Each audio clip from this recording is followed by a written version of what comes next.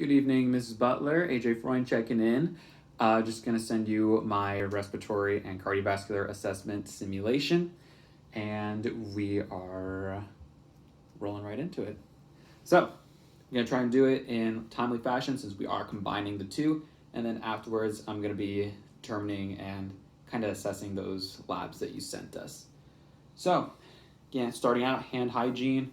That is very key. That's huge nowadays with this coronavirus going around and quarantines, social distancing sweeping the nation. I'm going to go up to my patient, going to introduce myself, get the pleasantries and introductions done, taken care of. Hi, I'm AJ. I'm going to be your nurse today. And then I'm going to get their name, I'm going to get their date of birth, and then I'm going to get also if they know where they are and if they know what year it is. So that way I get patient identifiers out of the way and taken care of, and I also get my orientation questions done. If they weren't sure, then I would ask who is the president. And so after that, kind of get that taken care of, and I'm going to ask what brings them in today. So 3 questions we were assigned to ask. I want to ask them, do they have any chest pain going on? I also want to ask if they are short of breath in any way. And then I also want to ask if they have a cough at all. I feel like those 3 are going to encompass a lot of different conditions that can be involved in this particular assessment, and kind of expanding on that cough. If they do have if they do come in with a cough, I would ask if they are coughing anything up, and if they say yes they are, then I will ask does it have a color and what color is it, and I would also ask if there are certain times of the day where it happens more frequently. Like, is it more frequent in the morning or at night when they're laying down and they have to be reclined when they sleep? So then kind of run through the grapevine, as those questions kind of expand and evolve, the more information that the patient gives me. So those 3 questions are done out of the way. Now we can get on to the actual assessment. So I'm going to look at general appearance, checking for skin color. Is there any, paleness, pallor, any cyanosis around this oral mucosa? More kind of broadly, I'm looking at facial expression, seeing if there's any grimace or if it's relaxed and composed. If there's any sort of nasal flaring, seeing if there's any kind of like pursed lip breathing. How's their posture looking? Is their posture looking relaxed? Or are they looking agitated? Are they in the tripod position where they're using their kind of accessory muscles to help themselves breathe? And so just kind of monitoring all of that, getting that first impression as we go into the assessment. So from here, I'm going to start along the neck. And what I want to start with is actually an inspection of the jugular vein. I'm going to ask the patient to move their neck kind of out, give us a good view of the jugular vein right here, making sure it's not protruding or distending in any way. Kind of like that garden hose look. We don't want that. And then ask the patient to kind of come back to normal. And from there, I'm going to look at the carotid pulse.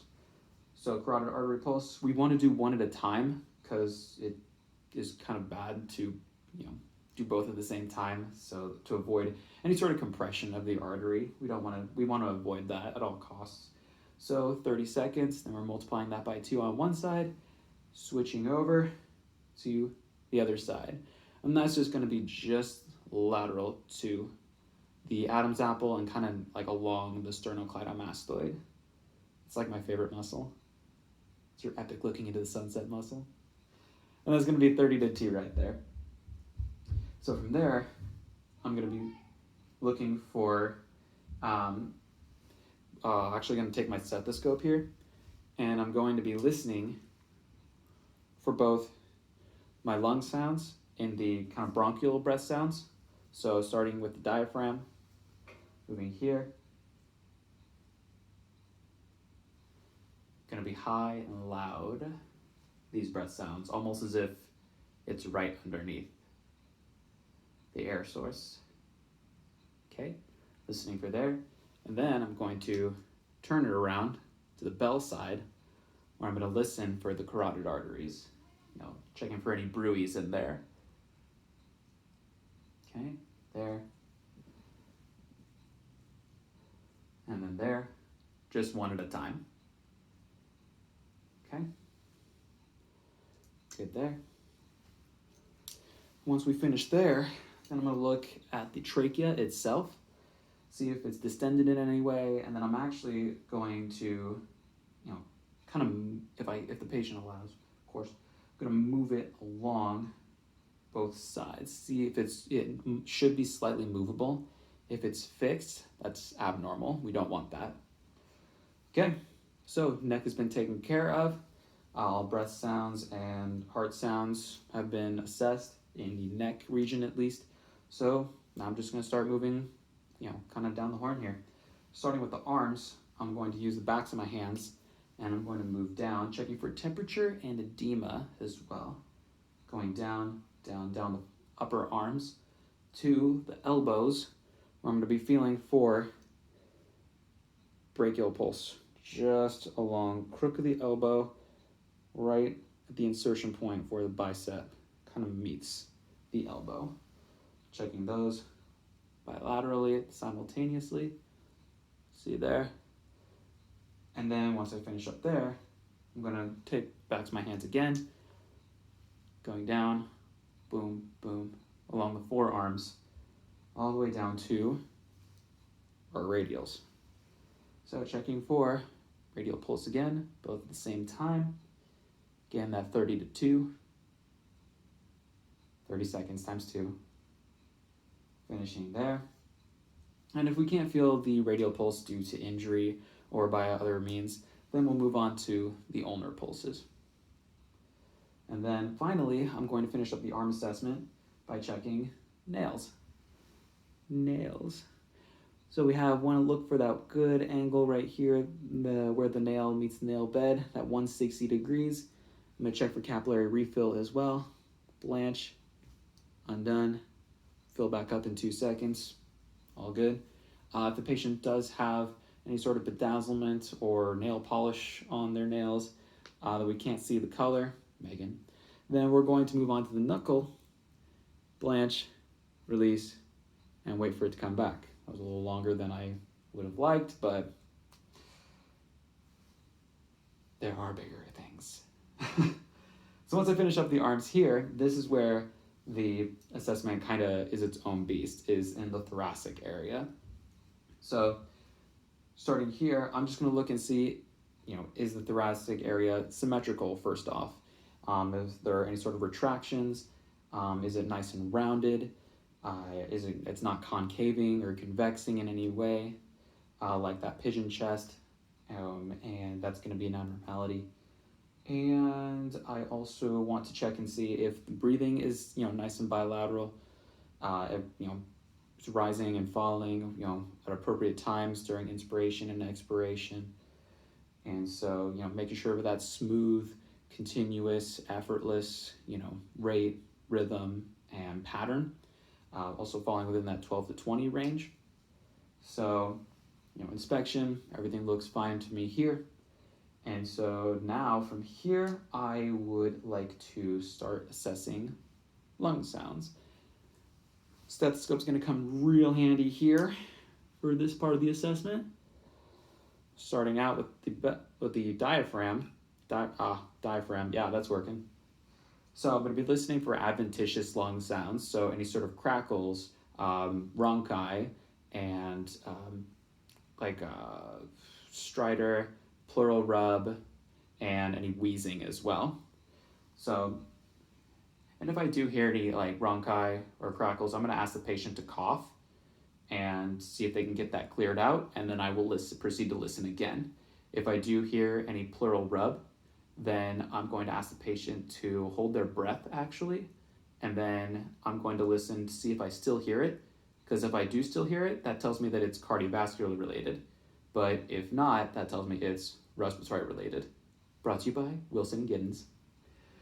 So the pattern, we want to start out with second intercostal space on the right side. Start here, move over to the left. And then from here, we want to go down actually to the third intercostal space. Listening there, moving over to the other side, third intercostal space, down to the fourth, over the other side of the fourth, and then down to the fifth. Now the fifth left intercostal space is a sweet spot for us because along the midclavicular line, we have the apical pulse.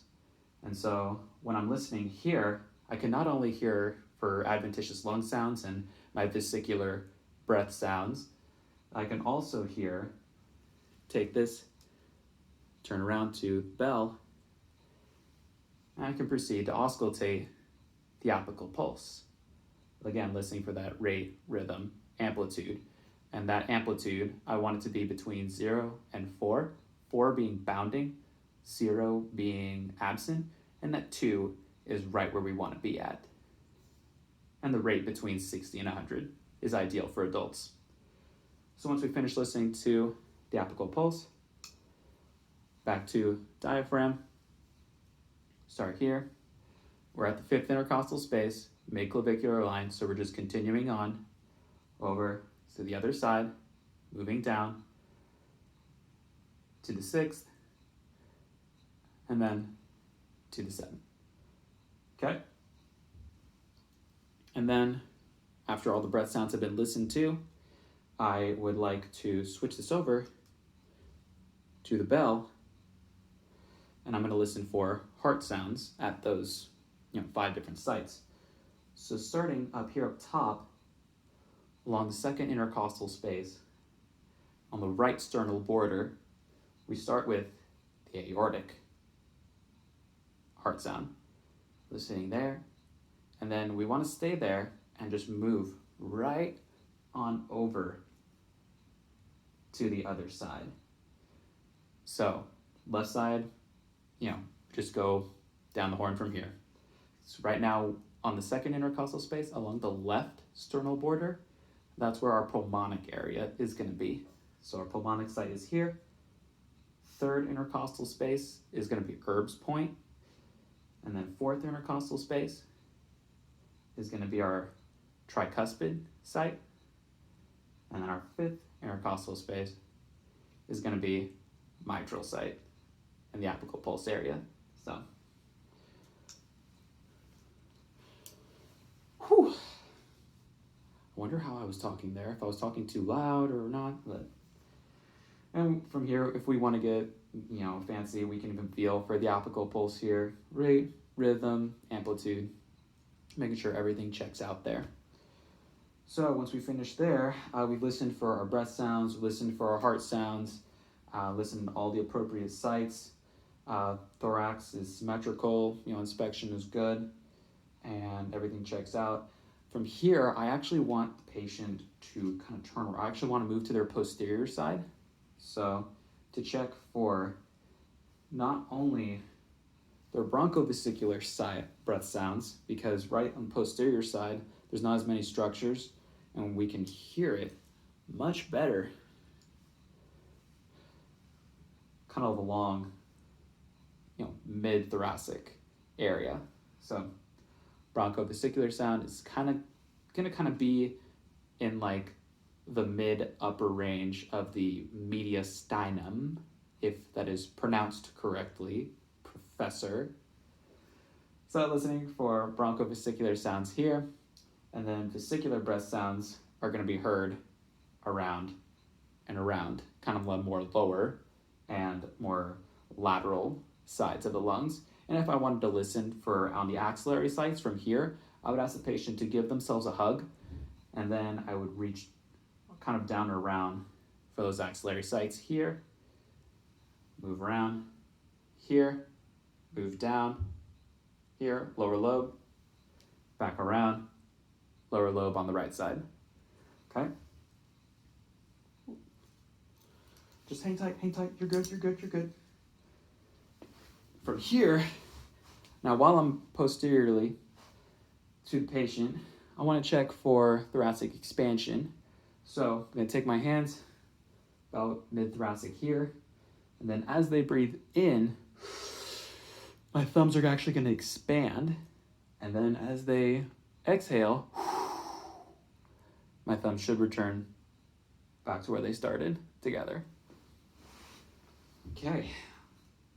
I think that about covers everything. Actually, I know that covers everything for the thoracic and the thoracic section, respiratorily and cardiovascularly, both anterior and posterior.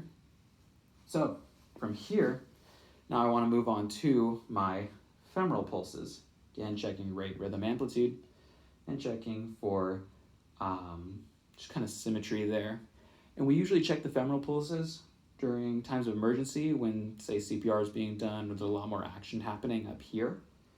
So that's the time when I would feel for those.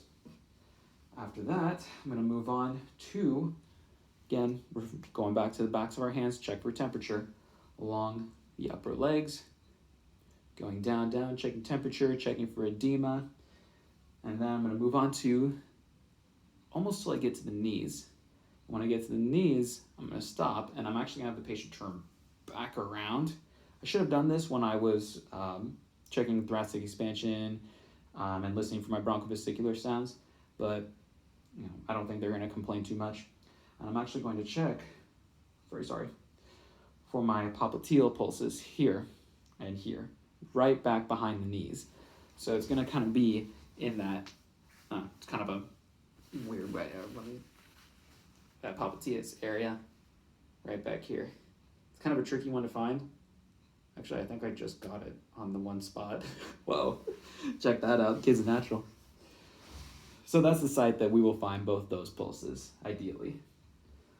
Now, continuing on, again, feeling rate, rhythm, amplitude, 30 seconds, multiply that by 2. Continuing on, from the knees down the tibia, again, hands, temperature, and checking for edema. This is going to be the point where I'm going to pay more attention to any sort of edema, and I'm also going to be checking for kind of condition of the skin more, seeing if it's shiny or thin, or if there's any hair or not, or if it's more swollen, different kind of colors, like is it brown or is it purple, or to differentiate between peripheral arterial disease, which is that constriction of the arteries, leading to that intermittent claudication, and where the patient walks, they feel pain, they rest, everything's fine, versus venous insufficiency, where they're going to have that pooling of the blood, which is going to lead to edema, and this is where pitting is going to come into play. So I would kind of go along the tibia. I would find a spot where there is edema. It's going to be feeling warm against the back of my hands. So I'm just going to leave a little pit in along that bone, because it gives us something to just kind of push against. Leave a little pit along that bone. Again, we're going on a 0 to 4 scale. 4 being, waiting for that rebound to come back after we make the pit. If it's a 4, it's going to come back in 30 seconds. If it's a 0, it's not really going to be present at all. Okay, so continuing down the line, along the tibia, and then I'm going to move on to posterior tib pulses here, again, both at the same time, and it's going to be about that medial malleolus, but just behind that is where I'm going to be feeling the posterior tibialis pulse. Okay, again, feeling rate, rhythm, amplitude for 30 seconds, multiplying by 2. After we finish up there, moving on to the feet, where I'm going to look for the dorsalis pedis pulse. I'm just going to find those along the first metatarsal kind of area there. Again, rate, rhythm, amplitude, 30 seconds times 2. And then after that, I'm going to move on to the toes, where it's going to be capillary refill. And just going to, again, blanch, wait for it to come back, 2 seconds, great. If not, we'll cross that bridge if we get to it. And then I'm also going to be checking for any sort of cyanosis, any sort of color changes like pallor or blue around the area. Again, if there's any sort of nail polish obstructing the view of the nail, use the knuckle that's just proximal to it. So that is that. So we've gone head to toe, checking for breath sounds, inspecting like symmetry and any sort of abnormalities visually, and we've also auscultated around the thoracic area, we've auscultated around the neck, we've auscultated the back. We've found all the breath sounds, all the heart sounds, everything that we need to find, hopefully. And we've also checked all the pulses in the extremities, temperature, edema there as well, and the capillary refills at the ends. We're checking those both at the same time, if we like. Now, I think that about covers it for the assessment portion. Now moving on to the labs that you sent us, where the patient was complaints of shortness of breath. Their respiratory rate was 30 and it was labored. That is definitely an abnormality to us because the respiratory rate is definitely showing signs of tachypnea. It's way out of that 12 to 20 range. The lung sounds are diminished in the left lower lung and the right sounds are clear. So right side, this is clear, it's in the clear. Left lower lung, it's going to put us right about here. It's diminished, so it's not going to be as loud, which is, not good, something to keep in mind. Positive for productive cough and a green phlegm. So that kind of covers my question that I had asked earlier, where is there any coughing? Yes. Is it productive? Yes. What color is it? It's green. Okay, great. And also now I know it's short of breath too. No chest pain though so far. The O2 sat is 95 on room air. That is fine to me. 95 to 100 is where we want to be at. Temperature is 102.1 and that was taken per oral. And so that is definitely febrile. So now that I know that they have a fever and that their sputum is green and they're coughing it up, that I'm starting to think possible bacterial infection. Of course, I'm not diagnosing anything. I'm just inferring, just kind of keeping the gears working. Heart rate is going to be 98, taken right radial side. That's fine. 60 to 100 falls within that range, perfectly fine. Blood pressure is 148/84. That was taken on the right side as well. That tells me definitely hypertensive. White blood cell count is 14,000, so yes, that is high. Leukocytosis is amok in the immune system right now. Red blood cell count, this was a little confusing to me because it was 5.0 times 10 to the 12th power. That's definitely really high. So erythrocytotic there. Platelets, 300,000, that's normal, totally within the range, because 400,000 is the max limit. Glucose, this is 75, it's where that's sitting at.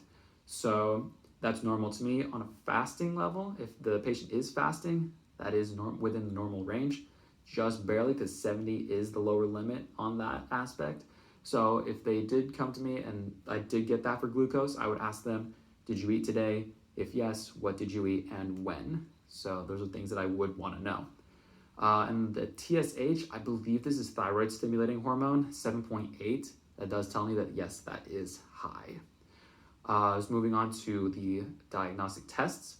Yes, I do want a chest x-ray on this patient. Hear that? You're getting a chest x-ray. Woo! Chest x-ray, yes, I want to know especially what's going on in that left lower lung right over here. And then doctor can decide to proceed to move on to a CT scan if he or she wishes. Sputum cytology test. I think it's good. Yes, I think it is appropriate because a persistent cough is a sign of cancer, and this is what this test screens for, is cancer in the body. So I would want to, just kind of cover the bases, but I do think a CNS, sputum culture and sensitivity, is more appropriate here as well. I think that would be another test that we should consider doing. Lung VQ. So yes, I do want to know how things are kind of, you got a little, your tie's coming undone. Fix that up later. I want to see how things are being perfused in that lower lung, if there's any obstruction in any way going on there. So that's it. I think that about covers everything. I hope this was enjoyable for you to watch as well as it was for me to perform. I hope everything is going great for you on your end. Everything is nice and quiet on this end. So thank you very much, Mrs. Butler, and have a great day.